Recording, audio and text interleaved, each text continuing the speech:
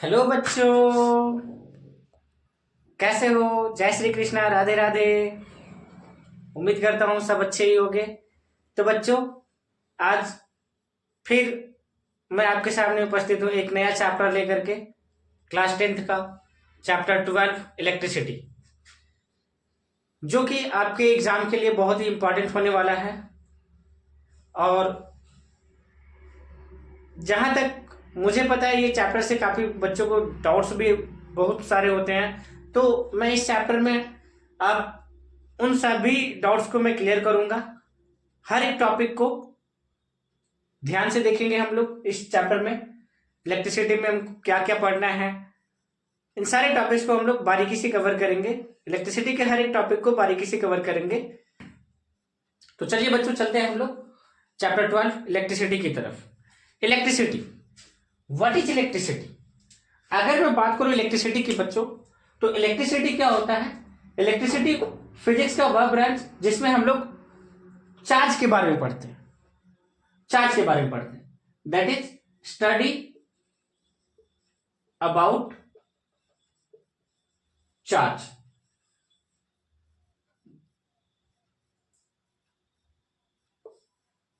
This is called electricity. अगर बच्चों हम लोग बात करें इलेक्ट्रिसिटी के टाइप्स की, तो इलेक्ट्रिसिटी आपका दो टाइप्स का होता है।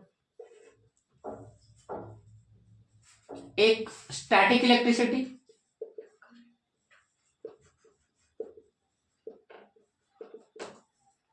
और दूसरा current electricity.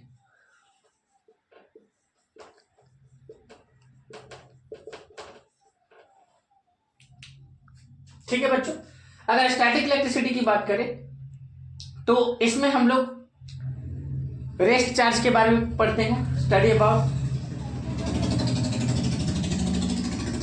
About charges at rest. और बच्चों करंट इलेक्ट्रिसिटी की बात करें तो इसमें हम लोग वैसे चार्जेस के बारे में पढ़ते हैं जो चार्ज मोशन में होते हैं। Study about the charges in motion. तो आखिर ये चार्ज है क्या?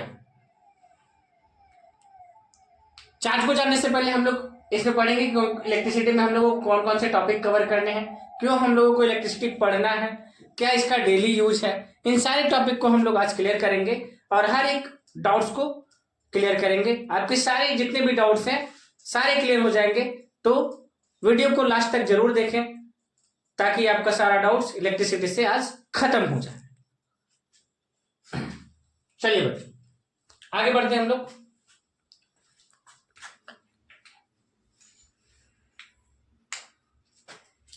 अगर बच्चों बात करें चार्ज की, तो ये चार्ज होता क्या? चार्ज चार्ज क्या होता है बच्चों? चार्ज किसी भी मैटर का फंडामेंटल प्रॉपर्टी होता है जिसको Q से रिप्रेजेंट किया जाता है। Charge is the fundamental property of a matter. There are two types of charge. Charge के टाइप्स की बात करें बच्चों तो दो टाइप्स के चार्ज होते हैं, एक पॉजिटिव चार्ज और एक नेगेटिव चार्ज। चार्ज जो होता है बच्चों वो एक स्केलर क्वांटिटी होता है और इसको Q से रिप्रेजेंट किया जाता है और इसका ऐसा यूनिट कूलम होता है। तो अगर हम लोग इसके सिंबल की बात करें तो सिंबल चार्ज का Q, ऐसा यूनिट कूलम, जिसको हम लोग C से रिप्रेजेंट करते हैं। तो पॉजिटिव चार्ज को हम लोग प्रोटॉन कहते हैं। Positive charge that is proton. And negative charge को हम लोग इलेक्ट्रॉन कहते हैं, इलेक्ट्रॉन। प्रोटॉन को हम लोग P से रिप्रेजेंट करते हैं और इलेक्ट्रॉन को E से रिप्रेजेंट करते हैं। अगर मैं प्रोटॉन पे चार्ज की बात करूं तो 1 प्रोटॉन पे चार्ज होना प्रोटॉन,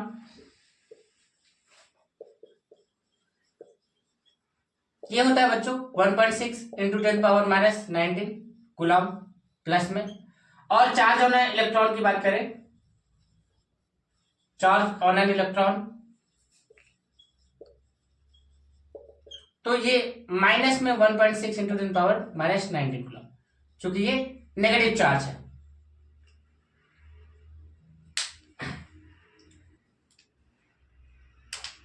चार्ज के कुछ प्रॉपर्टीज भी होते हैं, जैसे मैं आपके बता दूं, अगर चार्ज के प्रॉपर्टी की बात करते हैं हम लोग, तो चार्ज प्रॉपर्टी ऑफ चार्ज, तो यहां पे हम लोग 3 प्रॉपर्टी को देखेंगे, 3 से 4 प्रॉपर्टी को देखेंगे चार्ज का, जिसमें से पहला आता है एडिटिव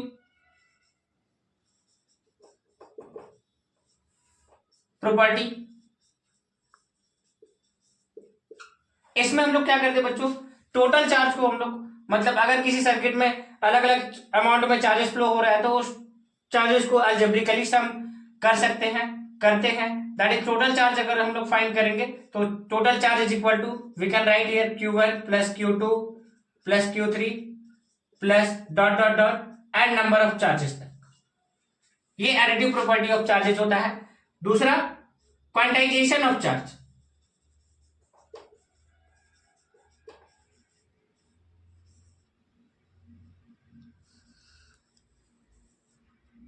क्वांटाइजेशन ऑफ चार्ज क्या होता है बच्चों, तो ये मतलब किसी भी बॉडी में कितना चार्ज है उसको कैलकुलेट करने के लिए हम लोग क्वांटाइजेशन ऑफ चार्ज को यूज करते हैं।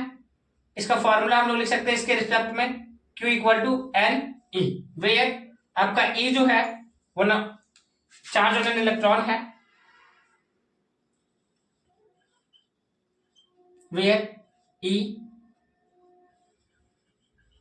Charge on an electron and number of electrons in that particular body, number of electrons in that particular body, and Q is the charge on the body, charge on the body. Next property की बात करें बच्चों, तो next property है conservation of charge. Conservation of charge, conservation of charge क्या कहता है बच्चों, charge can neither be created nor be destroyed, it can only transfer from one body to another body। तो थर्ड प्रॉपर्टी को हम लोग देख लेते हैं,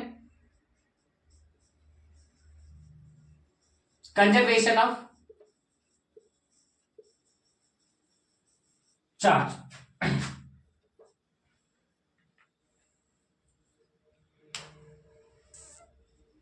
charge can neither be created nor be destroyed,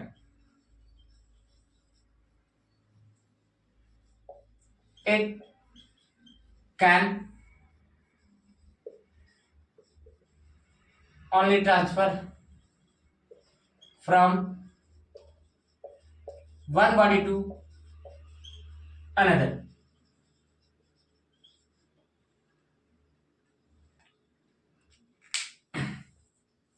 next property की बात करें बच्चों, तो लाइक चार्जेस जो होते हैं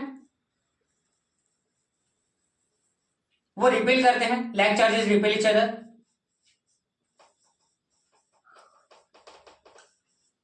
that is we can say that if there are same charges like positive positive, they repel each other, or negative charges then they also repel each other। It means like charges repel each other, like charges means same type of charges, दो एक ही तरह के charges जो होते हैं एक दूसरे को रिपेल करते हैं, वो कभी भी एक दूसरे को अपनी तरफ अट्रैक्ट नहीं करेंगे।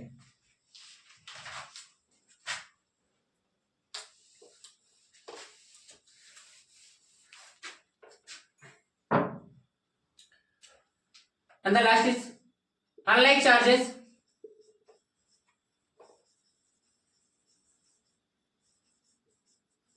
attract each other।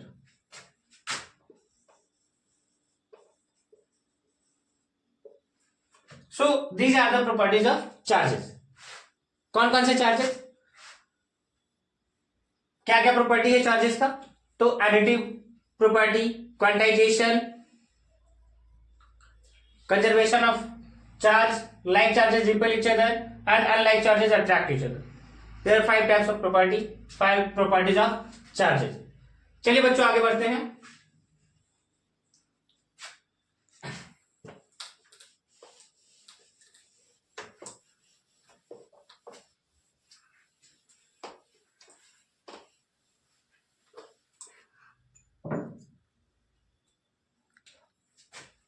करंट की तरफ, इलेक्ट्रिक करंट। बच्चों इस मॉडर्न टाइम में, मॉडर्न पीरियड में इलेक्ट्रिसिटी के बिना अगर हम लोग अपने लाइफ को देखें तो काफी इम्पॉसिबल सा लगता है। आजकल इलेक्ट्रिसिटी के बिना कुछ भी नहीं चलता, चाहे वो लाइट हो, लाइट से रिलेटेड, चाहे हमारे होम्स में लाइटनिंग की बात हो या इंडस्ट्रीज वगैरह में, लाइट के बिना आधा अधूरा जीवन लगता है। तो चलिए अब हम लोग बात करते हैं करंट इलेक्ट्रिसिटी के बारे में। हर एक टॉपिक को यहां पे क्लियर करेंगे। करंट, करंट क्या होता है? करंट होता है charge flow per unit time in a conductor. Charge flow per unit time in a conductor.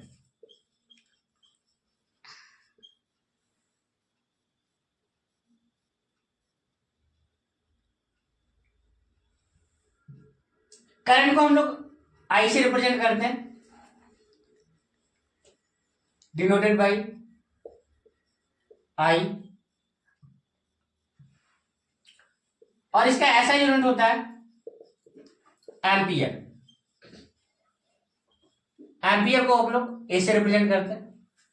किसी भी कंडक्टर में करंट का जो अमाउंट को मेजर किया जाता है उस इंस्ट्रूमेंट का नाम है आमीटर। आमीटर, आमीटर क्या होता है बच्चों? एक ऐसा डिवाइस, एक ऐसा इंस्ट्रूमेंट जिससे किसी भी कंडक्टर में हम लोग करंट के अमाउंट को रीड कर सकते हैं, करंट की क्वांटिटी को रीड किया जाता है। So it can be defined as an instrument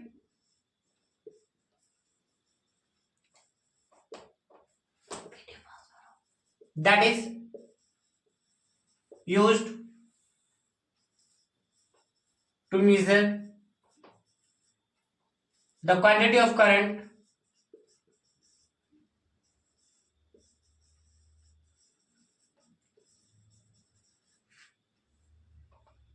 flows in a conductor।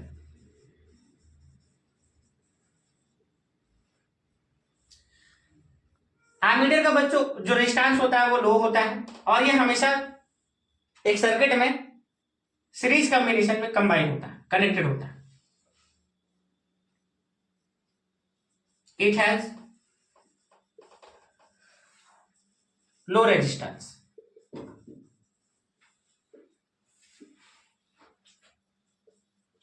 It always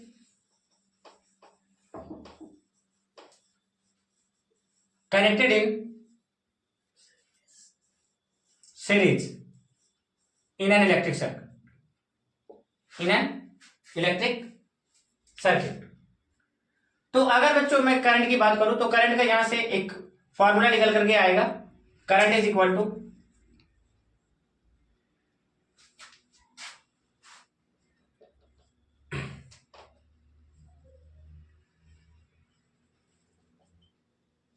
charge by time, that is, और करके लिख सकते हैं इसको I equal to Q by T, Q by T.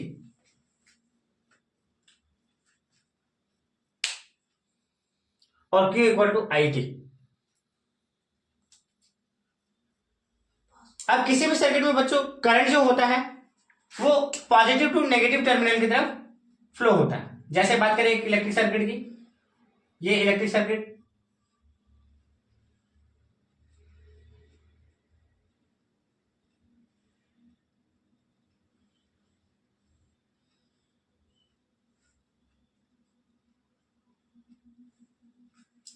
तो इसमें करंट का जो डायरेक्शन होगा बच्चों वो पॉजिटिव टू नेगेटिव होगा।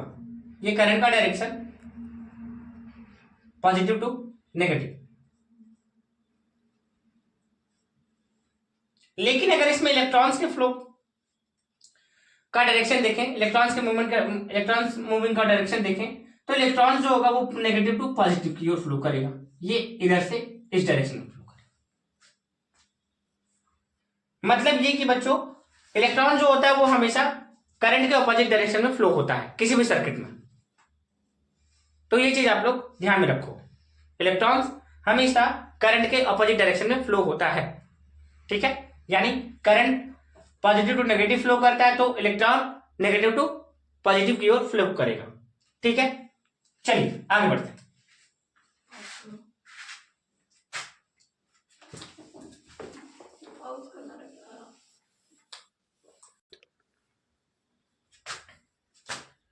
अब अगर मैं सब्सटेंसेस की बात करूं बच्चों, तो इलेक्ट्रिकली सब्सटेंसेस को दो पार्ट में डिवाइड किया गया है, वैसे तो तीन पार्ट में, लेकिन यहां पे हम लोग दो पार्ट के बारे में जानेंगे, कंडक्टर एंड इंसुलेटर। कंडक्टर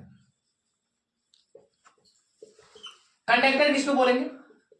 वैसे सब्सटेंस जिससे इलेक्ट्रिसिटी पास हो उसको हम लोग कंडक्टर बोलेंगे। जैसे आपका जितना भी मेटल्स हो गया, ह्यूमन बॉडी हो गया, वाटर हो गया, ये सब इलेक्ट्रिसिटी के कंडक्टर, गुड कंडक्टर। और इंसुलेटर की बात करें तो इंसुलेटर वैसे सब्सटेंस जिससे इलेक्ट्रिसिटी पास ही नहीं होता, जिससे इलेक्ट्रिसिटी जाता ही नहीं, वैसे सब्सटेंसेस को इंसुलेटर कहते हैं। जैसे पेपर, पेपर बैग, प्लास्टिक, ड्राईवुड, ये सब जितने भी चीजें हैं वो इंसुलेटर में आता है। तो कंडक्टर क्या होता है? Substance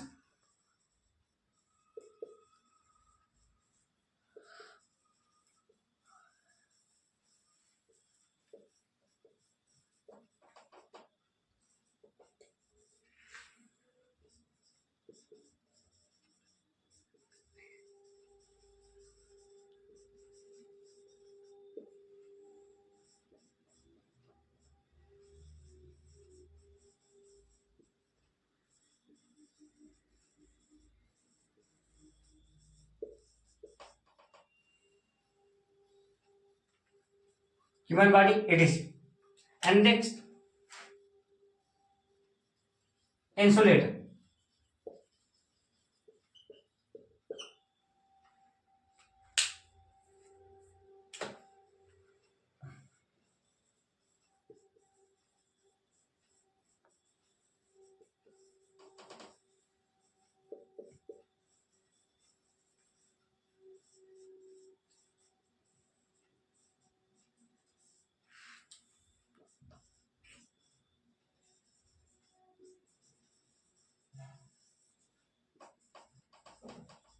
Substance that doesn't allow electricity to pass through them.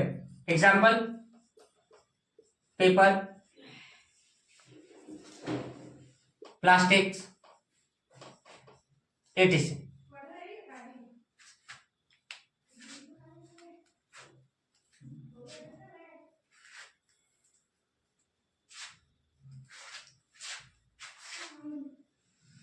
उसके बाद आता है बच्चों electric potential and potential difference.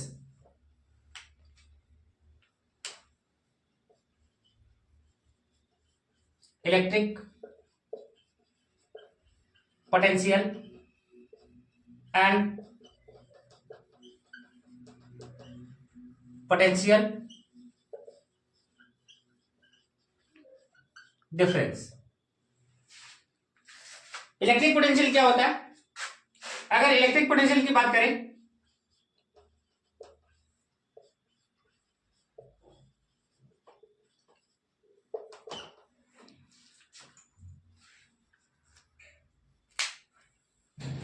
तो किसी इन्फिनाइट सोर्स से एक यूनिट पॉजिटिव चार्ज को कैरी करने में जितना वर्क डन किया जाएगा वो उसका इलेक्ट्रिक पोटेंशियल कहलाएगा।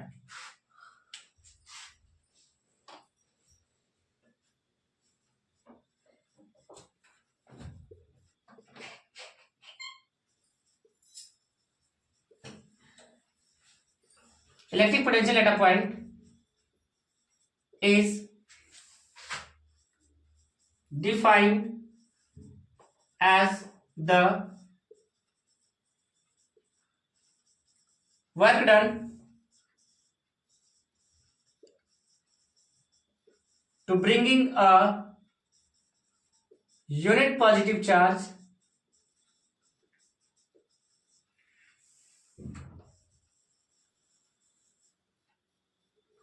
from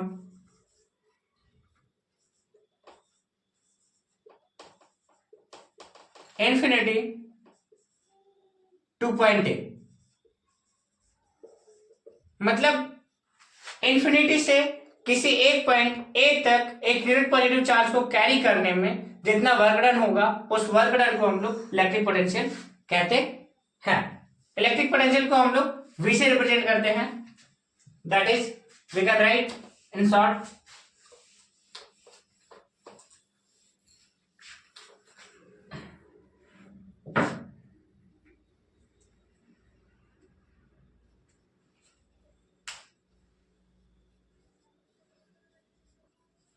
denoted by V. और इलेक्ट्रिक पोटेंशियल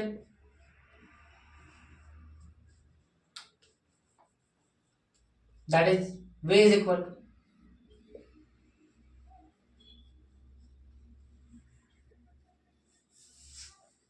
बाय Q, ये इलेक्ट्रिक पोटेंशियल। यानी कि सपोज ये इन्फिनिटी सोर्स है जहां से एक यूनिट पॉजिटिव चार्ज को कैरी करना है और इस पॉइंट तक लाना है।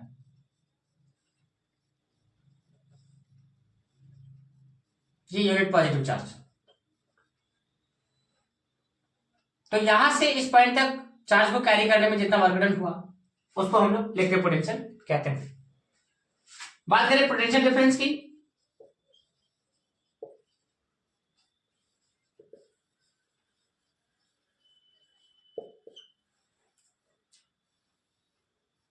तो पोटेंशियल डिफरेंस क्या होता है?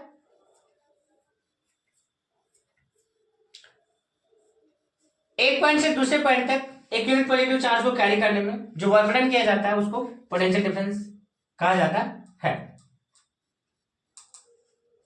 वर्क डन टू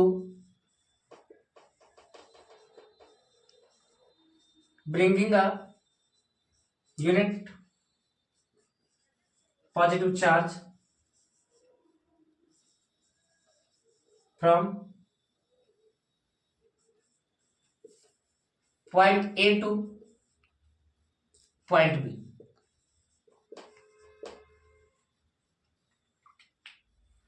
और हम लोग यहां पे लिख सकते हैं from a point two another point, मतलब एक पॉइंट से दूसरे पॉइंट तक एक यूनिट पॉजिटिव चार्ज को, जैसे सपोज यहां पे एक पॉइंट ए है और यहां पे एक पॉइंट बी, तो यहां से एक यूनिट पॉजिटिव चार्ज को कैरी करने में, मतलब यहां से यहां तक चार्ज को लाने में जितना वर्क डन होगा, पॉजिटिव चार्ज को लाने में जितना वर्क डन होगा उस वर्क डन को हम लोग पोटेंशियल डिफरेंस कहेंगे।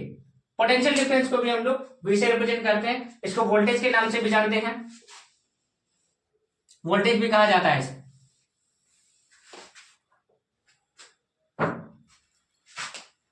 डिनोटेड बाय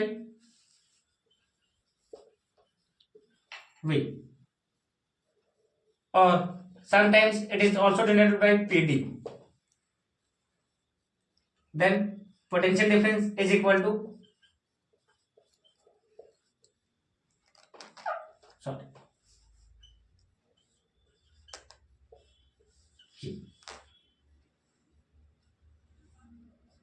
और VA माइनस VB, दो पॉइंट के बीच का पोटेंशियल डिफरेंस।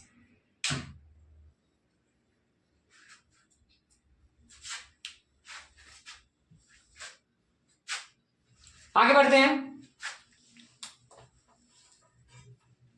और अब बात करेंगे हम लोग बहुत ही इंपॉर्टेंट टॉपिक जहां से क्वेश्चंस आपके आते हैं, हर बार आते हैं, ओम्स लॉ के बारे में। तो हम लोग ओम्स लॉ देखेंगे।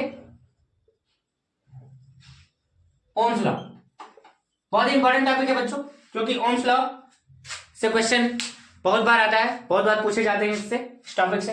तो ओम्स लॉ क्या होता है? ओम्स लॉ करंट और पोटेंशियल डिफरेंस के बीच के रिलेशंस को बताता है। क्या बताता है? पोटेंशियल डिफरेंस जो होता है वो करंट के डायरेक्टली प्रोपोर्शनल होता है। मतलब सीधा सीधा रिलेशन होता है कि भैया अगर पोटेंशियल डिफरेंस बढ़ाओगे तो करंट भी बढ़ेगा, पोटेंशियल डिफरेंस घटाओगे तो करंट भी घटेगा। इट मीन्स अगर पोटेंशियल डिफरेंस को किसी कंडक्टर में डबल कर रहे हो तो करंट भी डबल होगा, डबल अमाउंट में फ्लो होगा, और अगर पोटेंशियल डिफरेंस को हाफ कर रहे हो तो पोटेंशियल करंट भी हाफ अमाउंट में फ्लो होगा। So it was given by George Simon Ohm. It was given bye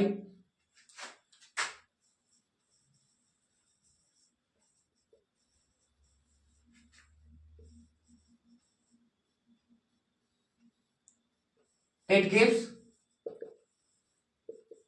the relationship between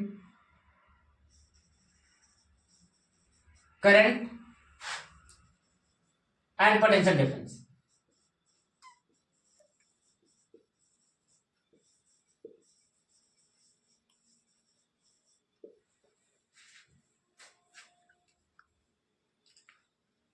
According to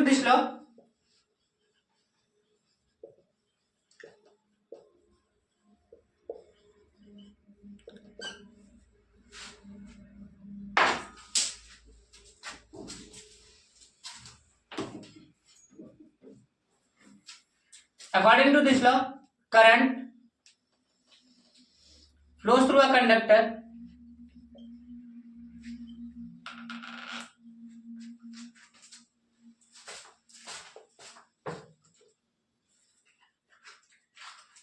is directly proportional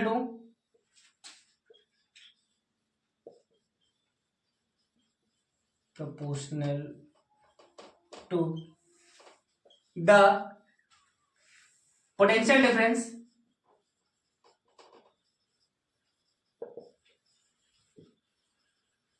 applied across it.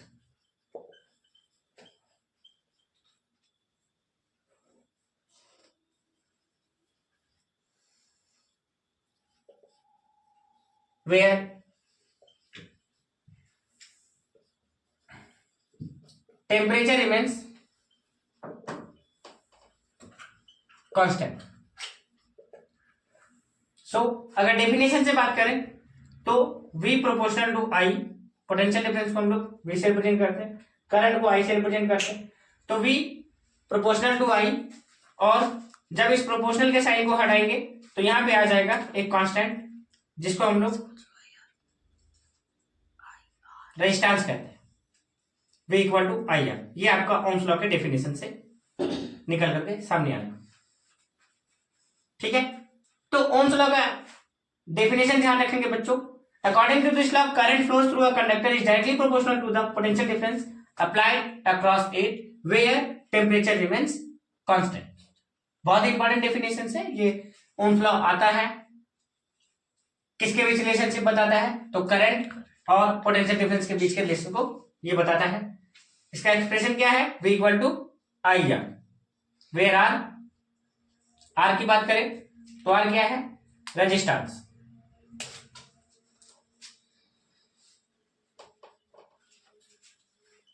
किसके बदले आया? तो ये प्रोपोर्शनैलिटी कांस्टेंट होता है।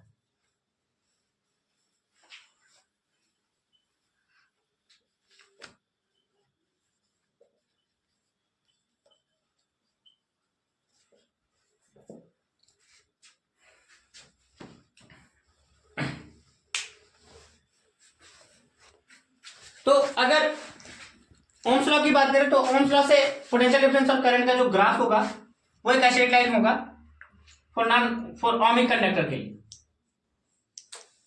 ओमिक कंडक्टर के लिए, ओमिक कंडक्टर जो ओम्स लॉ को ओबे करेगा, ओम्स लॉ को फॉलो करेगा, उसको ओमिक कंडक्टर कहते हैं। तो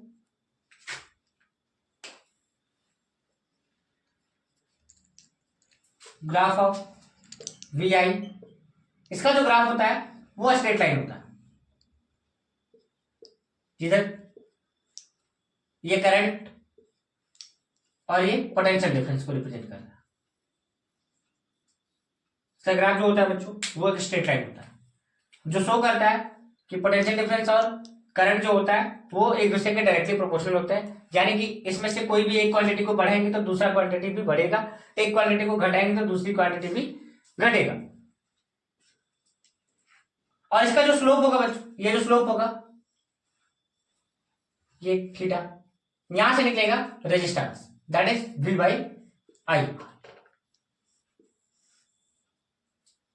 ये स्लोप, इसको स्लोप कहते हैं।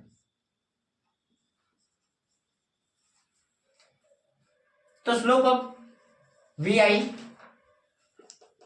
gives resistance।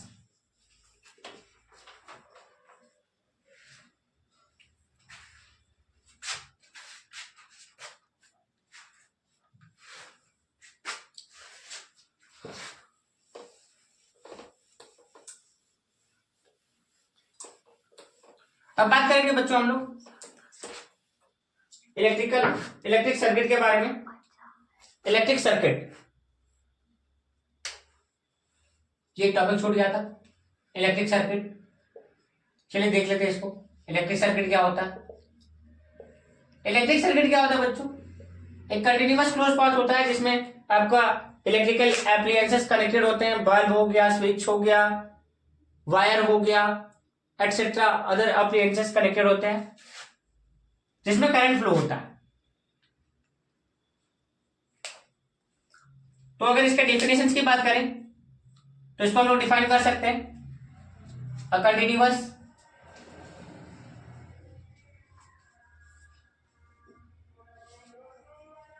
क्लोज्ड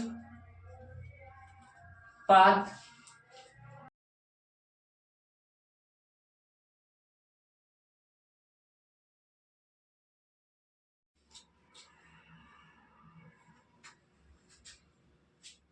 ये दो टाइप्स का होता है बच्चों,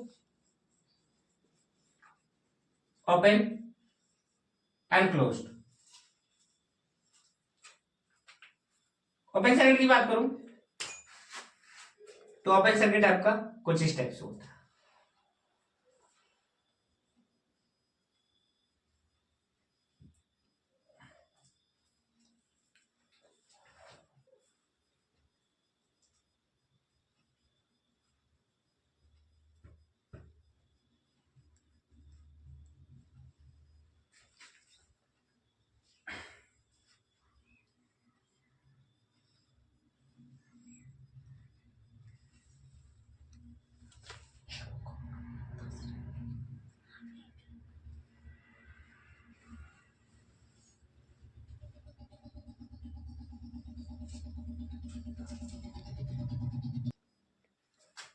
तो इलेक्ट्रिक सर्किट की बात करें तो अ continuous close path of flow of electric current, और सिंपल सा लिख सकते हो अ continuous close path of electric current. ये दो टाइप के होते हैं बच्चों, ओपन और क्लोज।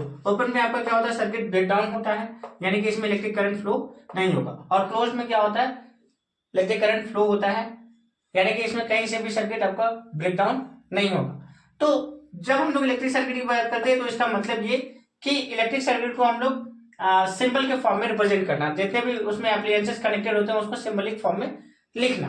तो कुछ इलेक्ट्रिकल कंपोनेंट्स को मैंने यहाँ पे लिखा हुआ और उसके कुछ सिंबल्स को यहाँ पे मैंने ड्रॉ किया हुआ है। ये सारे इलेक्ट्रिकल कंपोनेंट्स और उसके सिंबल्स बहुत ही इंपॉर्टेंट होते हैं।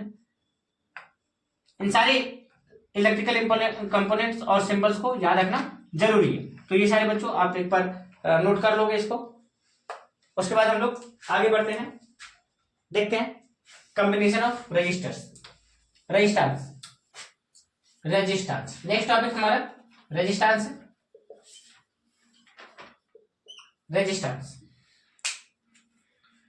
रेजिस्टेंस क्या होता है? Resistance is the property of conductor,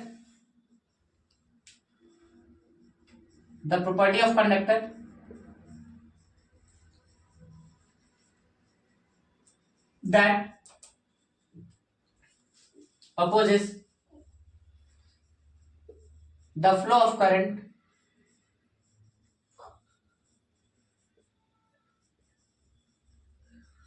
through it.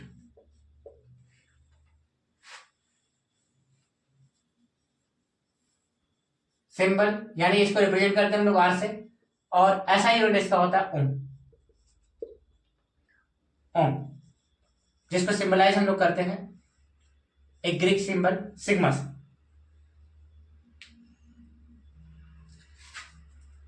Resistance की बात करें तो रेजिस्टेंस डिपेंड करता है फैक्टर्स अफेक्टिंग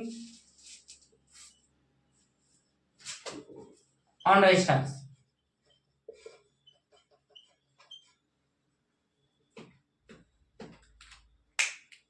में आ जाता है आपका पहला length of conductor,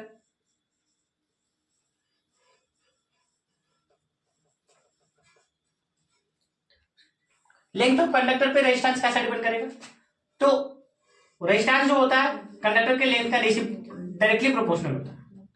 resistance conductor के लेंथ का डायरेक्टली प्रोपोर्शनल होता है। इट मींस अगर कंडक्टर के लेंथ को बढ़ाओगे तो रेजिस्टेंस भी बढ़ेगा, अगर इसके लेंथ को दोगुना कर दोगे कंडक्टर के लेंथ को तो रेजिस्टेंस भी दोगुना हो जाएगा, और अगर कंडक्टर के लेंथ को हाफ करोगे तो रेजिस्टेंस भी हाफ हो जाएगा। दूसरा cross section area of conductor,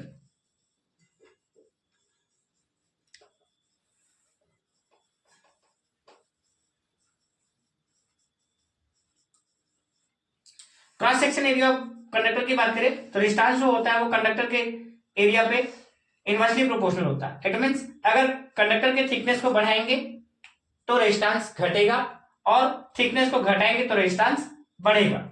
next thing है nature of material, nature of conductor, and last temperature of conductor, temperature.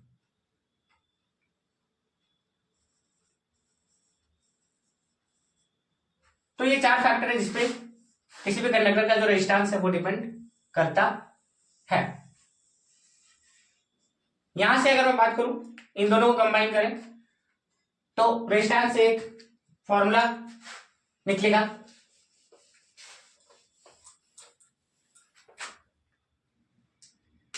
Are proportional to L by A. अगर प्रोपोर्शनल के साइन को हटाएंगे तो इसके बाद में एक कांस्टेंट आएगा जिसको रो पढ़ते हैं,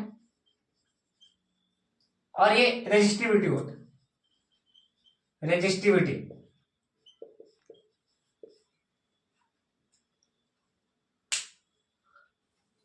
ये प्रोपोर्शनली कांस्टेंट होता है।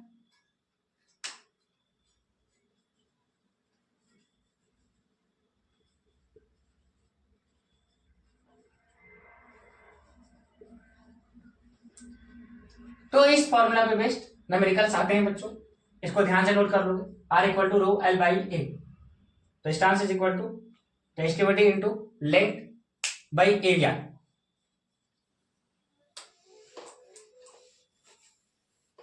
रेजिस्टिविटी का ऐसा यूनिट होता है ohm metre.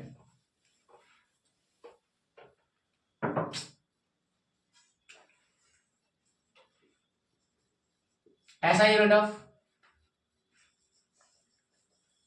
resistivity is ohm meter।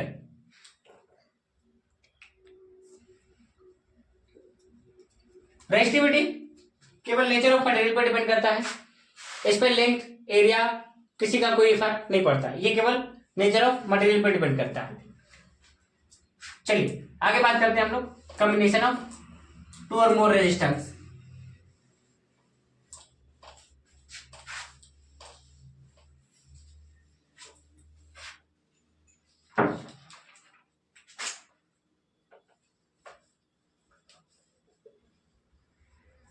combination of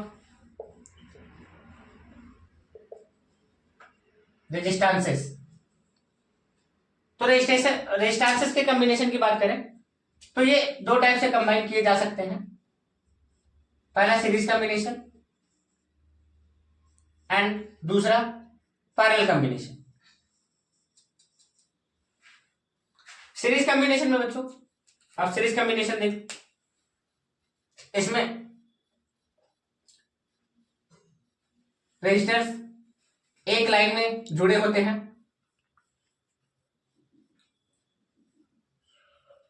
और पैरेलल कॉम्बिनेशन में सारे रेजिस्टर्स पैरेलली जुड़े होते हैं।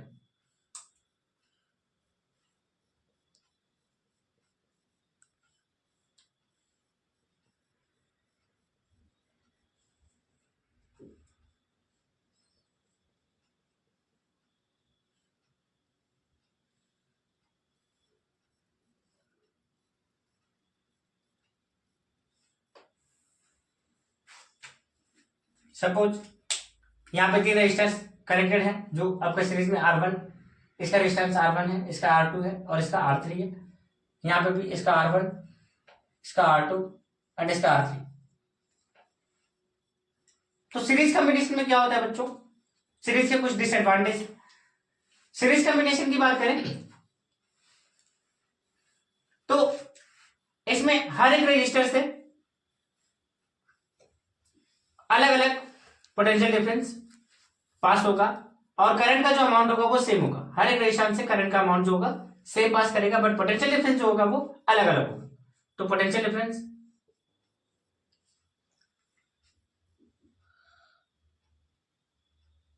Is different through each resistors।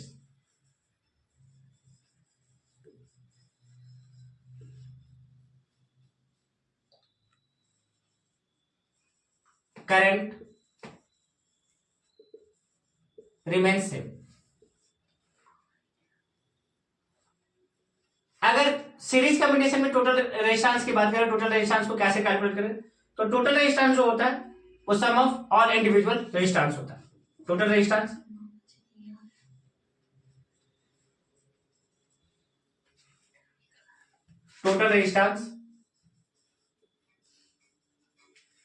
is equal to sum of all individual resistance, that is R equivalent is equal to R1 plus R2 plus R3 dot dot dot. Parallel combination की बात करें बच्चों तो यहां पे पोटेंशियल डिफरेंस सेम रहता है,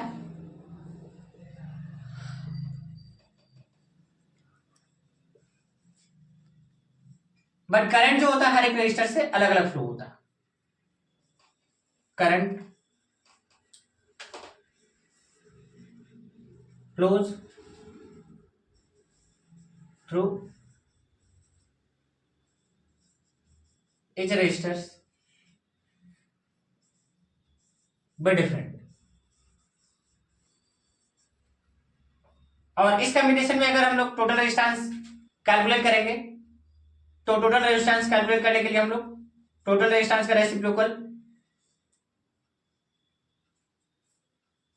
सारे इंडिविजुअल रेजिस्टेंस के रेसिप्रोकल को सम करने पे जो आएगा उसके रेसिप्रोकल के इक्वल होगा total resistance, that is 1 by R is equal to 1 by R equivalent is equal to 1 by R1 plus 1 by R2 plus 1 by R3 dot dot dot. ऐसा आपका n नंबर ऑफ रजिस्टर्स तक जा सकता है। ये चीजें हम लोग बच्चों ला भी सकते हैं कि कैसे मतलब सीरीज में टोटल इक्विवेलेंट रेजिस्टेंस जो होता है वो सम ऑफ ऑल इंडिविजुअल रेजिस्टेंस होता है, और ये पैरेलल में रेजिस्टेंस जो होता है टोटल रेजिस्टेंस जो होता है वो कैसे reciprocal of sum of all individual resistance is equal to the reciprocal of equivalent resistance. तो ये हम लोग डिराइव भी कर सकते हैं ओम्स लॉ से। चलिए आगे बढ़ते हैं। Heading effect of electric current.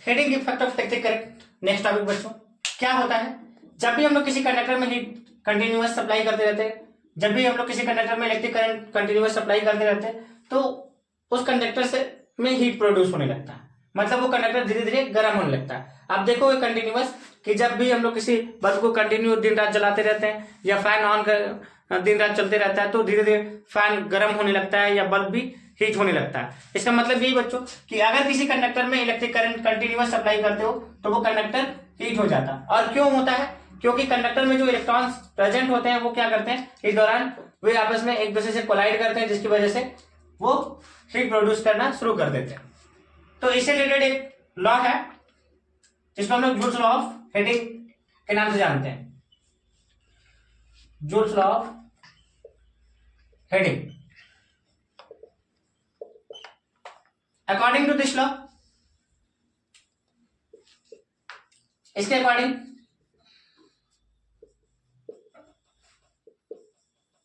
बात करें तो heat produce in a conductor is directly proportional to the square of current, directly proportional to the resistance of the conductor and directly proportional to the time taken through which the current is supplied.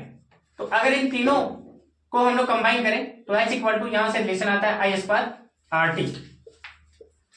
ये बहुत ही important expression है बच्चों, यहां से आपका question भी पूछता है state joules law of heating and right the expression for this, और बहुत बार ये एग्जाम में आया भी है, तो इसको नोट कर लेंगे। लास्ट टॉपिक बच्चों, लास्ट टॉपिक हमारा है इलेक्ट्रिक पावर। इलेक्ट्रिक पावर क्या होता है? इलेक्ट्रिक पावर जैसा कि हम लोग जानते हैं पावर क्या होता है, रेट ऑफ डूइंग वर्क। तो यहां पे भी इलेक्ट्रिक पावर जो होता है वो क्या होता है, electric work done by per unit time. Electric power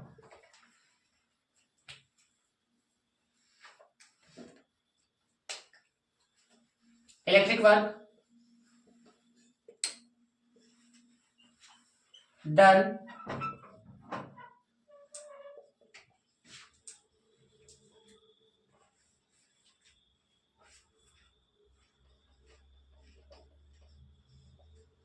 per unit time is known as electric power. That is EP is equal to EW by VT. ये यहां से बच्चों हम लोग और भी एक्सप्रेशन डिराइव कर सकते हैं। पावर को हम लोग सिंपली P से रिप्रेजेंट करते हैं। P is equal to VI, और VI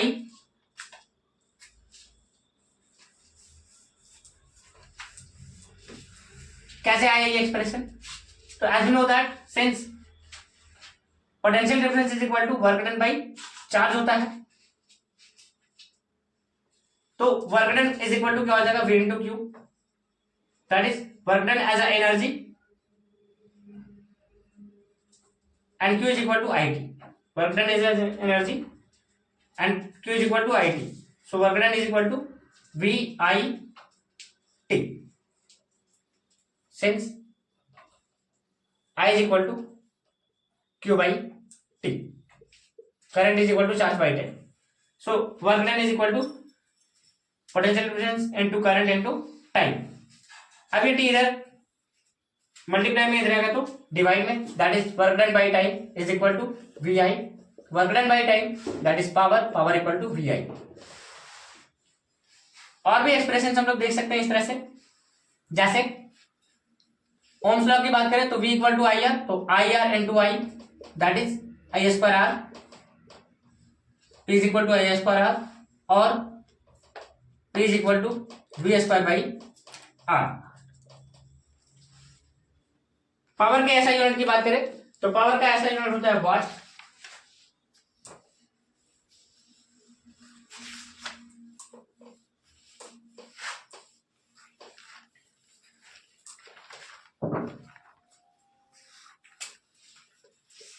ऐसा unit of power is what and is denoted by W। Commercial unit की बात करें पावर की तो ये किलोवाट आर होता है, किलोवाट आर, और 1 हॉर्स पावर में 746 वाट होता है।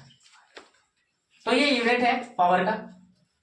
तो बच्चों ये था पूरा इलेक्ट्रिसिटी का 1 शॉर्ट वीडियो। उम्मीद करता हूँ ये वीडियो आपको पसंद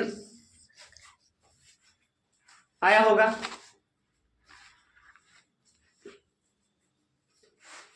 उम्मीद करता हूँ ये वीडियो आपको पसंद आया होगा। तो बच्चों अगर वीडियो पसंद आया हो तो लाइक और सब्सक्राइब जरूर करें, और इस आपके लाइक और सब्सक्राइब से मुझे मोटिवेशन मिलता रहेगा, जिससे मैं आपके लिए और भी तरह तरह के वीडियो अपडेट करता रहूंगा। Thank you.